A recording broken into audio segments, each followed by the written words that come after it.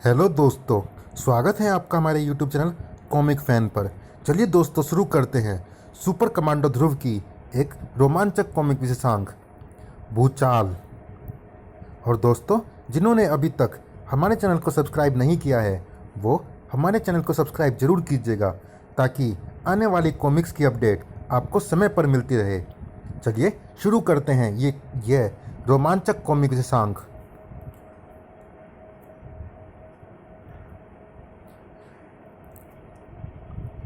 इस सृष्टि में हर वस्तु गतिशील है। विशालकाय सितारों से लेकर अणुओं तक हर चीज़ चलायमान है, क्योंकि ये गति ही जीवन है। पर एक ऐसी वस्तु है जिसकी गति जीवन नहीं, मौत देती है, जिसके चलने से बस्तियां उजड़ जाती है और महानगर साफ हो जाते हैं। ये वस्तु है भूमि, यानी भू, और इसकी विनाशकारी गति को कहते हैं भूचाल। संजय गुप्ता की पेशकश। हाँ, यही है वह नास्तिक जिसने मेरा विरोध किया, जिसके कारण तुमने मेरी चेतावनी पर ध्यान नहीं दिया और इस विनाश के शिकार हो गए।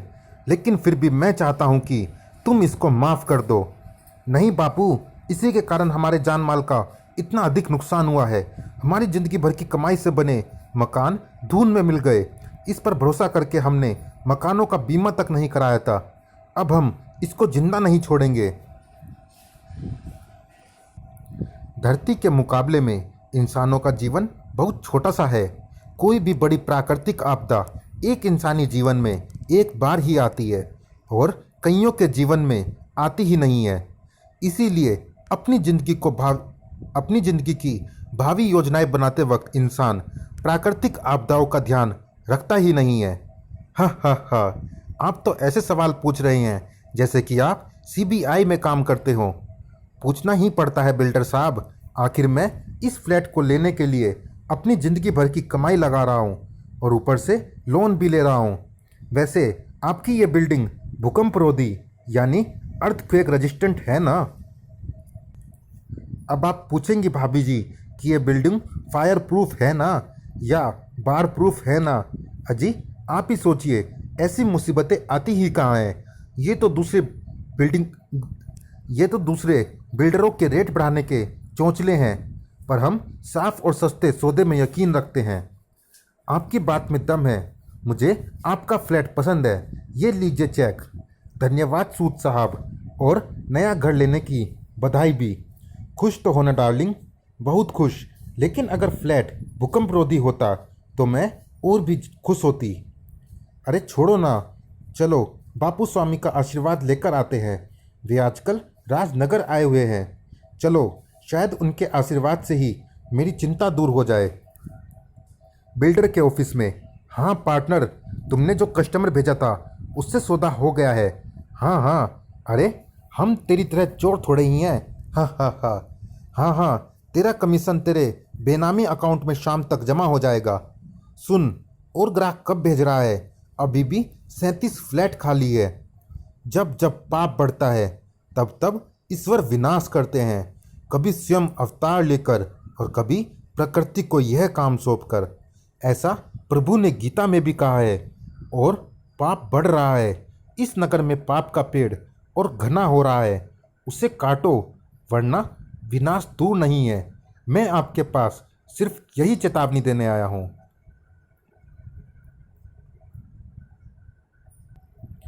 अभी तुमको इस विनाश के और भी संकेत मिलेंगे।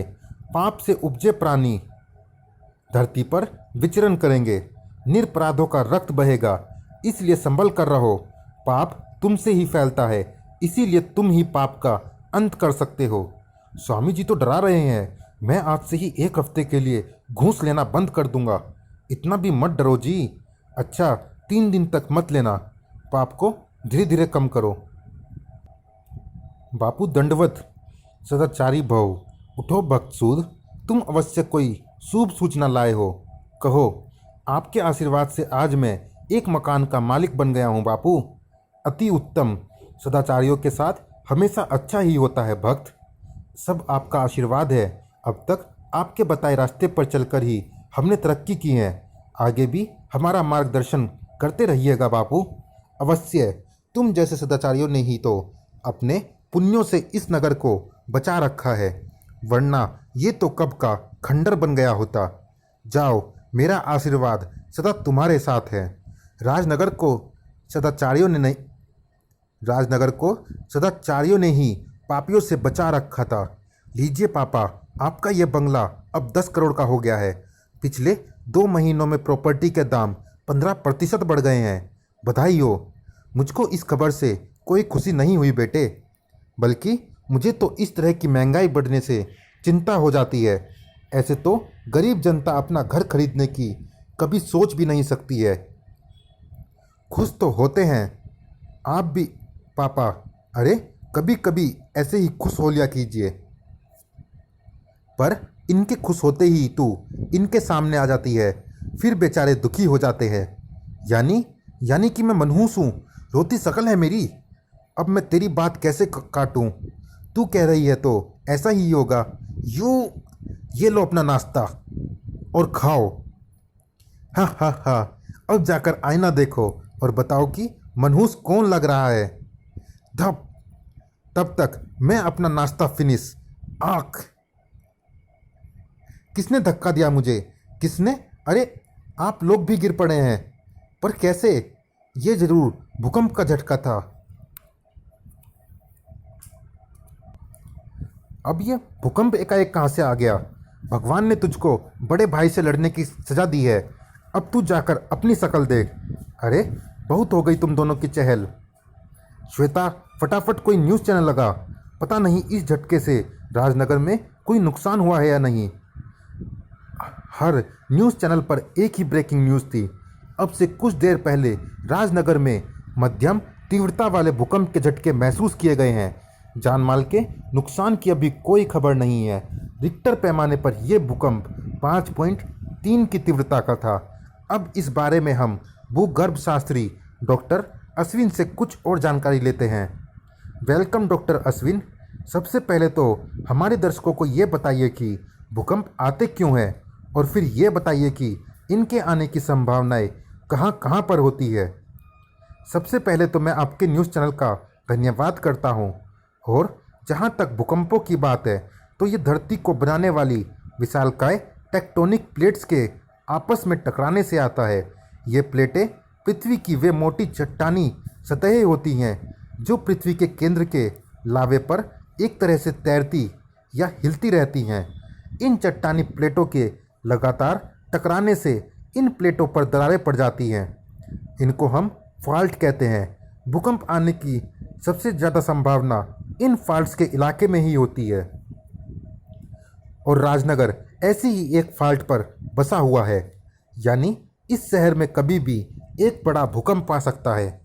मैं अफवाहें फैलाना या जनता को डराना तो नहीं चाहता, लेकिन यह एक वैज्ञानिक सच्चाई है कि राजनगर में एक बड़ा भूचाल कभी भी आ सकता है। अगर भूचाल आ गया पापा, तो 10 करोड़ का यह बंगला फिर से 3 करोड़ का हो जाएगा। सही कहा। ऐसी स्थिति में लोग राजनगर को छोड़ कर भागेंगे, लेकिन सिर्फ वही भाग पाएंगे जो बचेंगे। पता नहीं अगर ऐसा भूचाल आया तो कितने मरेंगे और कितने बचेंगे। अगर भूचाल आने का कोई संकेत पहले ही मिल जाए तो हजारों जानें बचाई जा सकती हैं। मिलेगा। बापू भी आज यही कह रहे थे। मम्मी, तुम कहाँ से आ रही हो? और बापू कौन है? बापू? तुम बापू को नहीं जानती? मैं परम पूज्य महासंत बापू स्वामी जी की बात कर रही हूँ। आज मैं उनका ही प्रवचन सुनने गई थी। पहले तो कभी नहीं गई थी, अब जा रही हूँ ना। बड़ी शांति मिलती है बापू का प्रवचन सुनकर। तुम तीनों तो मारपीट के अलावा कोई बात ही नहीं करते। अरे ये तो बताओ कि बापू क्या कह रहे थे? वे कह रहे थे कि प्राकृतिक आपदा आने से पहले धरती पर अजीब से प्राणी घूमेंगे। शायद वे प्राणी जो सतह से बहुत नीचे रहते हैं, वे भूकंप का आभास पाकर सतह पर आ जाएंगे। ये कैसा संकेत है? अरे संकेत के पीछे कुछ लॉजिक भी तो होनी चाहिए। जो मन में आया बोल दिया। ए लड़की, बापू के बारे में बोलो तो आदर से। समझी मम्मी, सॉरी। भूकंप से हुई तबाही का धीरे धीरे पता चल रहा था। भूकंप का केंद्र इसी स्थान के आसपास था। यहाँ पर इमारतें भी गिरी हैं, लेकिन ज़्यादा लोगों के मरने की आशंका नहीं है। ये तो अच्छी बात है, लेकिन अगली बार क्या होगा? ऐसे भूकंप रोज रोज थोड़े ही आते हैं ध्रुव। ये भूकंप भी राजनगर में 62 सालों के बाद आया है। उस भूकंप में इंसान तो काफ़ी मरे थे, लेकिन मरने वाले जानवरों की तादाद काफ़ी कम थी। शायद जानवरों को भूकंप जैसी आपदा का आभास पहले ही हो जाता है। अगर उन पर नज़र रखी जाए तो शायद ऐसी आपदा का पहले से आभास मिल सकता है। इतनी फुर्सत किसके पास है? खैर, मैं तो भगवान से यही प्रार्थना करूंगा कि ऐसा मौका ही ना आए। भूकंप ने राजनगर के तो एक छोटे से ही हिस्से को हिलाया था, लेकिन इससे पूरे राजनगर के निवासी जरूर हिल गए थे। अब राजनगर में रहना सेफ नहीं है। अपनी नहीं तो बच्चों का तो सोचना पड़ेगा ना। तुमको याद है ना, बापू स्वामी ने भी किसी विनाश की चेतावनी दी थी। अरे, उन्होंने ये भी तो कहा था कि उससे पहले कुछ संकेत भी मिलेंगे। अब ऐसे संकेत मिलेंगे तब सोचेंगे। संकेत मिलने ही वाले थे। ए जी, सामने देखो। अरे, अभी तो सड़क खाली थी, फिर ये औरत कहाँ से आई, और वह भी बच्चा लेकर? मैं समय पर ब्रेक नहीं लगा पाऊंगा। अरे बच्चों, ची! हे, तुमने देखा? कार उस औरत के आर पार हो गई। तो तुम बिल्कुल मत जाना जी। लेकिन उसको कुछ भी नहीं हुआ। राम राम राम, वह इशारा कर रही है, हमें बुला रही है। तु तुम बिल्कुल मत जाना जी। वह तो कब्रिस्तान की तरफ जा रही है। कहीं ये, हाँ, ये वही है, आत्मा है। वह कब्र में घुस रही है। दूर से भी कब्र पर लिखे मोटे मोटे अक्षर साफ नजर आ रहे थे।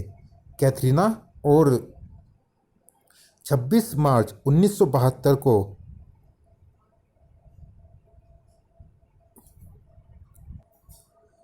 कार दुर्घटना में ही बिछुड़ गए। ये तो भूत थी। हे भगवान, जरूर भूकंप से मुर्दों की नींद भी खुल गई है। भूत दिखना अशुभ होता है। ये वही संकेत है जिसकी बापू स्वामी ने बात की थी। कयामत आने वाली है। राजनगर को तुरंत छोड़ दो। घर मकान का क्या करूं? नौकरी का क्या करूं? जो भी दाम मिले मकान को बेच दो, औने पौने में ही सही। और रही नौकरी, अगर जान रही तो ऐसी कई नौकरियां मिल जाएंगी। संचार क्रांति के इस युग में खबरें जंगल की आग से भी तेज गति से फैलती हैं। अब आज की ब्रेकिंग न्यूज़, राजनगर में आए भूकंप से लगभग 70 करोड़ रुपयों की क्षति हुई है। इस हादसे से डरे हुए कई लोगों ने राजनगर छोड़ने का फैसला कर लिया है। प्रॉपर्टी के भाव एकाएक काफ़ी नीचे गिर गए हैं, लेकिन उन दामों पर भी प्रॉपर्टी खरीदने वाले नहीं मिल रहे हैं। लेकिन इसके विपरीत राजनगर में अफवाहों का बाजार काफ़ी गर्म है। राजनगर के कई हिस्सों से अजीबोगरीब प्राणियों की खबरें हमें लगातार मिल रही हैं। कुछ लोगों ने इनको भूत बताया है और इनको आने वाले विनाश का संकेत भी बताया है। अब हम लेते हैं एक छोटा सा ब्रेक। ब्रेक के बाद है, देखा, बापू स्वामी इन संकेतों की ही बात कर रहे थे। राजनगर तबाह होने वाला है। ध्रुव, श्वेता, चलो तुम दोनों अपना सामान पैक करो। पापा छुट्टी की एप्लीकेशन देकर आते ही होंगे। यह खतरा टलने तक हम दिल्ली में रहेंगे, तुम्हारी नानी के घर। पापा, और छुट्टी, वह भी ऐसे वक्त पर? ओ कम ऑन मम्मी, बहस मत करो। मैं अपने बच्चों पर राजनगर वालों के पाप का साया नहीं पड़ने दूंगी। पैकिंग करो। ओके मम्मी, मैंने अपने कुछ कपड़े ड्राई क्लीनिंग के लिए दिए हैं, उसको लेकर आता हूँ, फिर पैकिंग कर लूँगा। ठीक है, फटाफट जाओ, कहीं दुकान बंद ना हो जाए। चल श्वेता, तू तो पैकिंग कर। खाना खाओ और सो जाओ मम्मी, ना तो पापा छुट्टी लेंगे और ना ही भैया वापस आएगा। ये दोनों ही राजनगर को मुसीबत में छोड़कर जा ही नहीं सकते। ये तू कैसे कह सकती है? देखना, ध्रुव अभी कपड़े लेकर आ जाएगा। मम्मी, तुमने भैया को नीली पीली ड्रेस के अलावा और कुछ पहने देखा है क्या? और वे कपड़े तुम घर पर धोती हो। उफ, ये लड़का मुझे बेवकूफ़ बना गया। आने दो उसे, फिर मैं उसे बताती हूँ। जरूर बताना, वह हंस देगा और तुम्हारा गुस्सा उड़न छू हो जाएगा। सर पर चढ़ा रखा है तुमने उसे। आखिर है तो मेरा बेटा ना। चल, खाना खाएगी? Yes yes yes. राजनगर को ट्रैक पर लाने की कोशिशें जारी थी। जनता से अपील की जाती है कि वे अफवाहों पर ध्यान न दें। राजनगर एकदम सुरक्षित है। लोग राजनगर को छोड़कर भाग रहे हैं। एक भूकंप का एक हल्का सा झटका ऐसा असर नहीं डाल सकता। इस भय का कारण कुछ और ही है, और वह कारण अजीबोगरीब प्राणियों के दिखने की अफवाहें फैलना हो सकता है। लेकिन अगर ये अफवाहें फैल रही हैं तो ऐसे प्राणियों के दिखने का कारण भला क्या हो सकता है? ये सारी चीज़ें भूकंप के बाद ही शुरू हुई हैं। हो सकता है कि इन सब का जवाब मुझको उस जगह पर मिले जहाँ पर भूकंप से ज़्यादा तबाही हुई है, यहाँ पर जहाँ ज़मीन बीच से फट गई है। क्या बताना चाहते हो दोस्त? समझा, यहाँ पर कुछ अजीब सा हो रहा है। भूं भूं। तब तो मुझे खुद ही इसके अंदर जाकर देखना पड़ेगा कि वह अजीब सा क्या हो रहा है। ये दरार तो जमीन के नीचे जाकर राजनगर के अंडरग्राउंड स्टॉर्म ड्रेन से मिल रही है। लेकिन यहाँ पर अजीब क्या हो सकता है?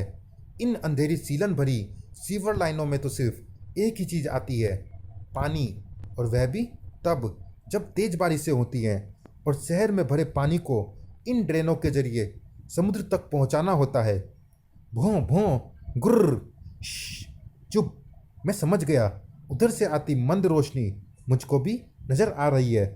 थैंक यू दोस्त, अब मुझको इन सब घटनाओं का कारण पता चल जाएगा। हा हा हा, हमारा प्लान पूरी तरह से कामयाब रहा। शहर में दहशत फैल गई है। लोग घरों को छोड़ छोड़ कर भाग रहे हैं। आप जीनियस है बॉस।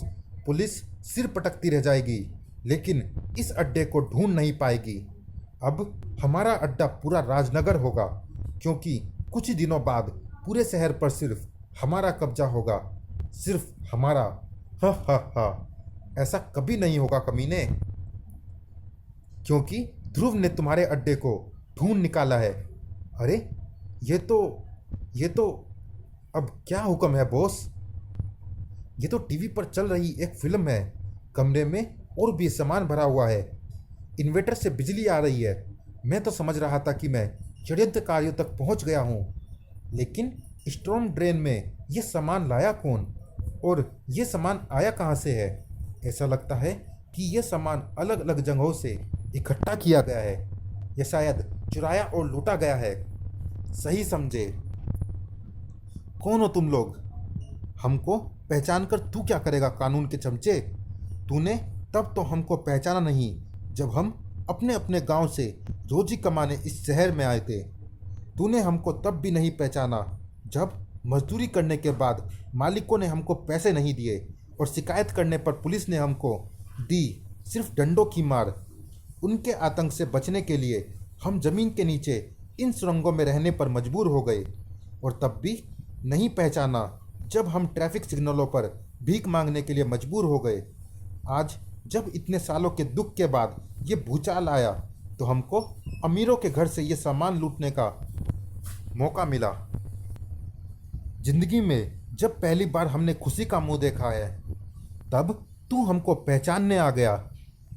अब हम तेरा वो हाल करेंगे कि कोई दूसरा तुझे पहचान नहीं पाएगा। अब हम तेरा वो हाल करेंगे कि कोई दूसरा तुझे पहचान नहीं पाएगा। तुम लोगों के साथ बुरा तो जरूर हुआ है, लेकिन इससे तुमको गलत काम करने का हक नहीं मिल जाता। तुमको ये सारी चीज़ें जरूर मिलेंगी, लेकिन इस तरह से नहीं। तुमको मैं काम दूंगा और काम के पूरे दाम भी दूंगा। ना तो हमारा पेट बातों से भरता है और ना ही झूठे वादों से। कल किसने देखा है? आज जो माल मिला है उसको कल के भरोसे छोड़ दे? कभी नहीं। अब तुम लोगों को यही बात दूसरी तरह से समझानी पड़ेगी। आओ तड़ाक। ये संख्या में बहुत ज़्यादा है और इनमें औरतें और बच्चे भी शामिल है। मैं इन सब पर हाथ नहीं उठा सकता। कोई और तरीका ढूंढना पड़ेगा। बापू बापू, वो फिर से आ गए हैं। पहली बार तो हम समझे कि हमारा वहम है, पर अब तो पक्का हो गया है। तो अब क्या करें? करना क्या है? भागो। भूत पिशाच निकट नहीं आवे, महावीर जब नाम सुनावे। अरे अरे, इन्होंने एकाएक ऐसा क्या देख लिया कि ये सभी डरकर भाग खड़े हुए। भों भों, उधर कुछ है। हवा में तैरता हुआ ध्रुव उस मोड़ की तरफ भागा, लेकिन अरे यहाँ पर तो कुछ भी नहीं है और आने जाने का कोई रास्ता भी नहीं है। फिर भिखारियों ने क्या देख लिया था?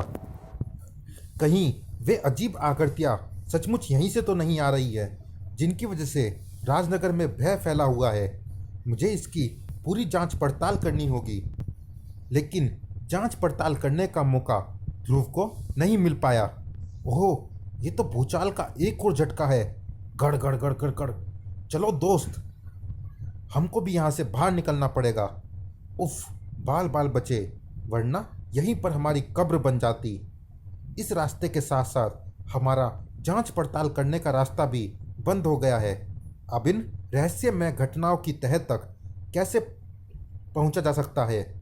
एक रास्ता और है, एक शख्स है जो कहीं ना कहीं इन सारी घटनाओं से जुड़ा हुआ है, और वो है बापू स्वामी। बापू कृपा करो, बापू रक्षा करो। क्या हुआ मेरे प्रिय भक्तों, आप सब इतने विचलित क्यों हो?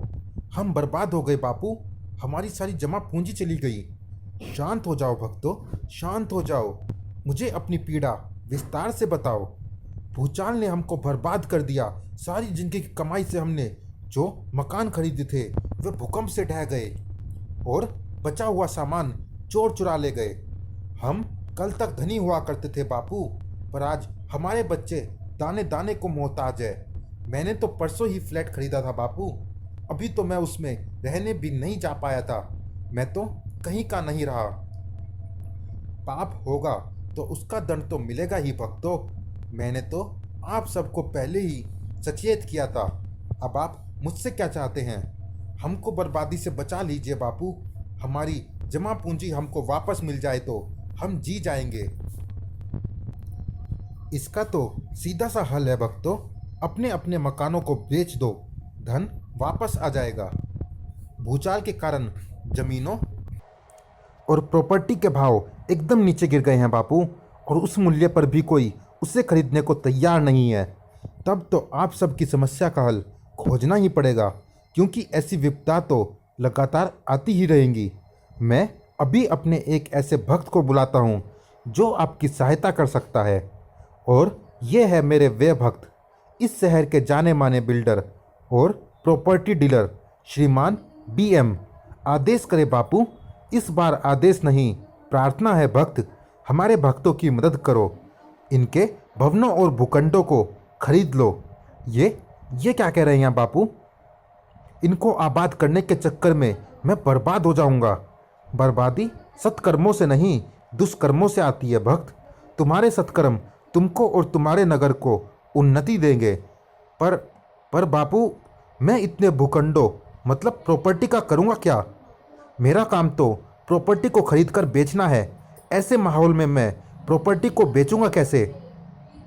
किसे? मुझको बहुत घाटा हो जाएगा बापू, कृपया ऐसा आदेश ना करें। किसी की सहायता करने में घाटा फायदा नहीं देखा जाता भक्त, तुम इनकी मदद करो। मैं अपने और भक्तों से भी प्रार्थना करूंगा कि इस काम में वे तुम्हारी मदद करें। आपके आदेश पर तो मैं अपनी जान भी दे सकता हूं बापू। ठीक है, मैं इस बार इनकी मदद करूंगा, परंतु बार बार नहीं कर पाऊंगा। अभी जो अपनी प्रॉपर्टी मुझको आज के भाव पर देगा वह मैं ले लूँगा, पर आज के बाद ऐसा नहीं कर पाऊंगा। उचित है जो भी भक्त इस अवसर का लाभ उठाना चाहे उठा ले। अजी, बेच दो मकान, अभी तो कुछ मिल भी रहा है, दूसरा भूचाल आया तो ये भी हाथ से जाएगा। जिंदगी में पहली बार ठीक कह रही है तू। अभी के अभी सौदा नक्की कर देता हूँ। बापू, हम भी मकान बेचने को तैयार है, अभी के अभी। अबे लाइन से आ, पहले हमारा मकान खरीदा जाएगा। मैंने तो पेपर भी मंगा लिए हैं। मैं भी हामी भर दूँ क्या, या पहले ध्रुव के पापा को फ़ोन करके सलाह कर लूँ? ठहरिए, ये गलती मत कीजिए। अपनी जमा पूंजी को ऐसे मत उड़ाइए। कौड़ियों के भाव में अपने मकान मत बेचिए। भूगर्भ शास्त्रियों का कहना है कि भूकंप की भविष्यवाणी नहीं की जा सकती है। यानी तू बापू की भविष्यवाणी पर शक कर रहा है ध्रुव? एक मिनट बहन जी, मुझे लगता है कि ध्रुव सही कह रहा है। हाँ, थोड़ी देर के लिए तो मैं भी भ्रमित हो गया था। एक मिनट बहन जी, मुझे लगता है कि ध्रुव सही कह रहा है। हाँ, थोड़ी देर के लिए तो मैं भी भ्रमित हो गया था, पर किसी अनजान ने खतरे से डरकर कम से कम मैं तो अपने मकान को सस्ते में नहीं बेचूंगा। ध्रुव ने हमेशा हमारी मदद की है, हमको उस पर भरोसा करना चाहिए। बाबा की बात न मानकर एक लड़के की बात पर भरोसा कर रहे हो, बर्बाद हो जाओगे तुम सब। शांत हो जाओ, शांत हो जाओ भक्तों। आप अपनी इच्छा के अनुसार ही कार्य करें। आपके नगर को पाप शक्तियों से बचाने के लिए ध्रुव ने कई बार सत्कर्म किया है। आपका नगर इसका ऋणी है। वैसे मेरी भी ईश्वर से यही प्रार्थना है कि वह मेरी सोच को गलत सिद्ध करे और ध्रुव की सोच को सही। अब हम विश्राम के लिए जाएंगे। राधे श्याम भक्तों। और फिर तूने मेरी नाक कटा दी ध्रुव। तूने सबके सामने बापू स्वामी की बात काटी, उनका अपमान किया। Sorry mummy. और बापू ने भी तो ध्रुव की बात को सही ही माना है मम्मी। फिर इसमें उनका अपमान कैसे हुआ? माफ़ी मांगने जैसी कोई बात नहीं है ध्रुव। तुमने सिर्फ अपने विचार जनता के सामने रखे हैं। ये तो तब पता चलेगा जब दूसरा भूकंप आएगा, और वह भी बहुत जल्दी। चलिए दोस्तों, इस भाग में इतना ही। ये रोमांचक कॉमिक्स जारी है अगले भाग में भी। मिलते हैं इस कॉमिक्स के अगले और अंतिम भाग में। तब तक के लिए धन्यवाद।